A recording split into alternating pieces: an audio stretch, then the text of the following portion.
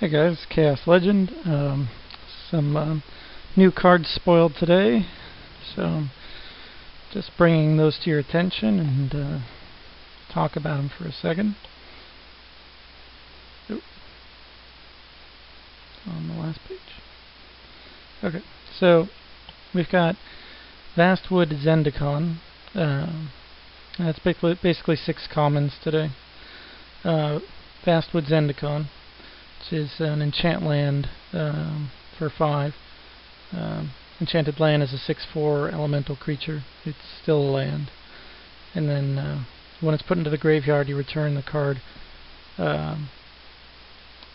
it's enchanting to its owner's hand. So if they destroy the land, you get the land back. So I guess that's good for landfall or something. There's Kitesail Apprentice, which is 1 white for a 1/1 core soldier.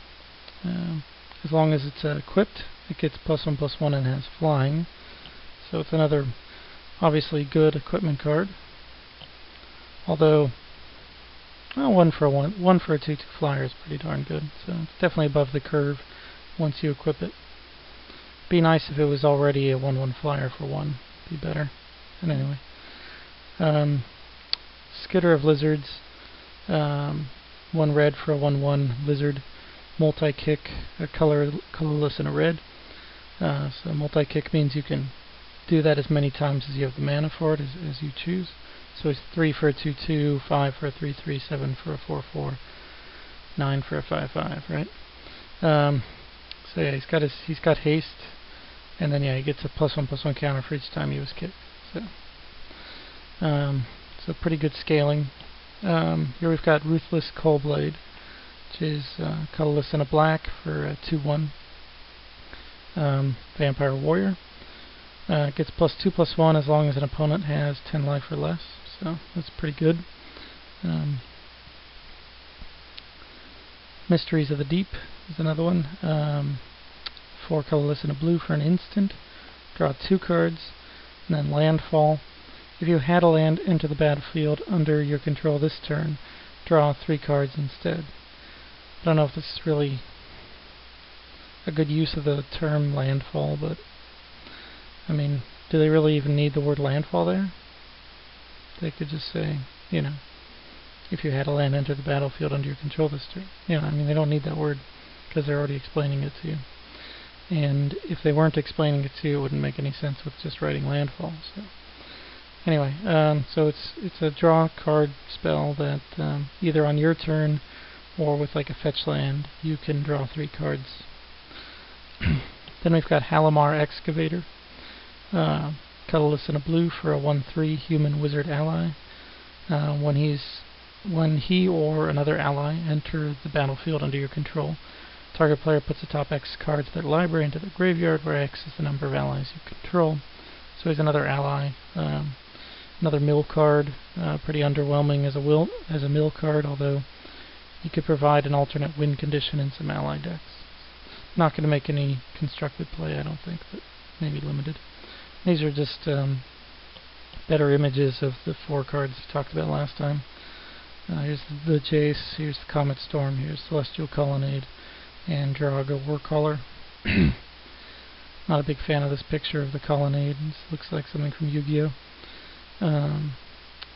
You know, stupid random elemental, right?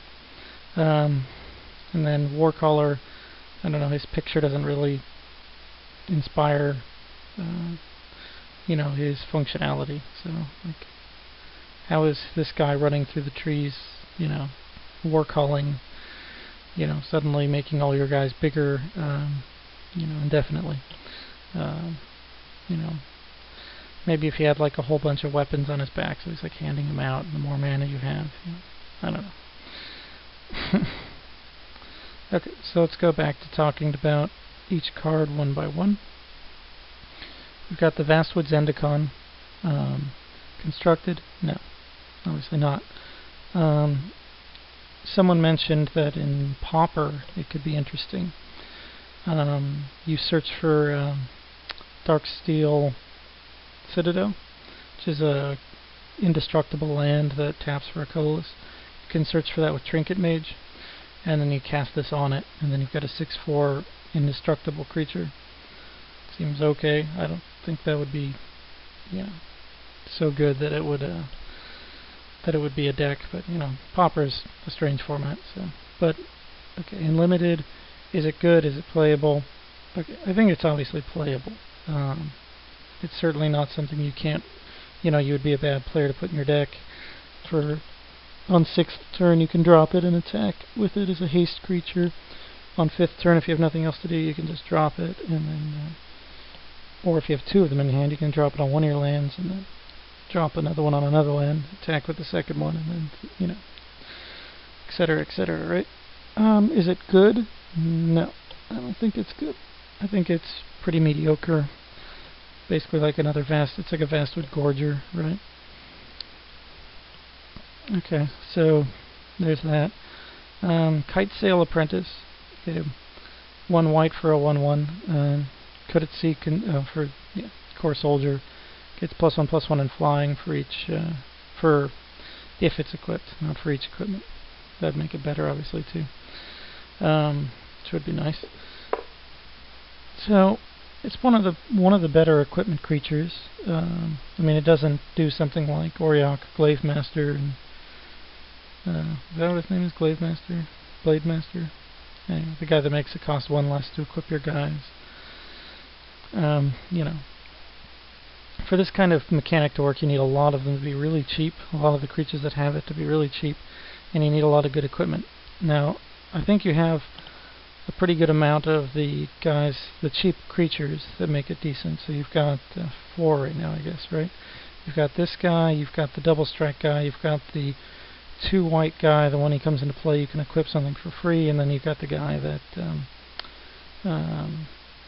gives all your other core creatures +2/+2 if he's equipped, right? So all those guys are obviously really good together. That's 16 creatures, but for constructed you're going to need a lot more than that. So right now, is it playable and constructed? Sure, is it tier 3 deck?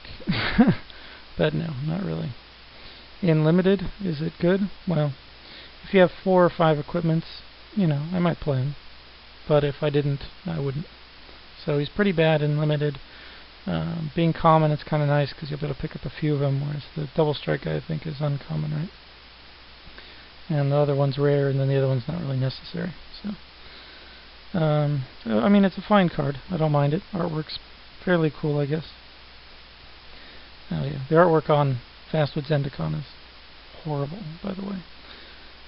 Yes, I'm talking to you, Rob Alexander. Rob Alexander.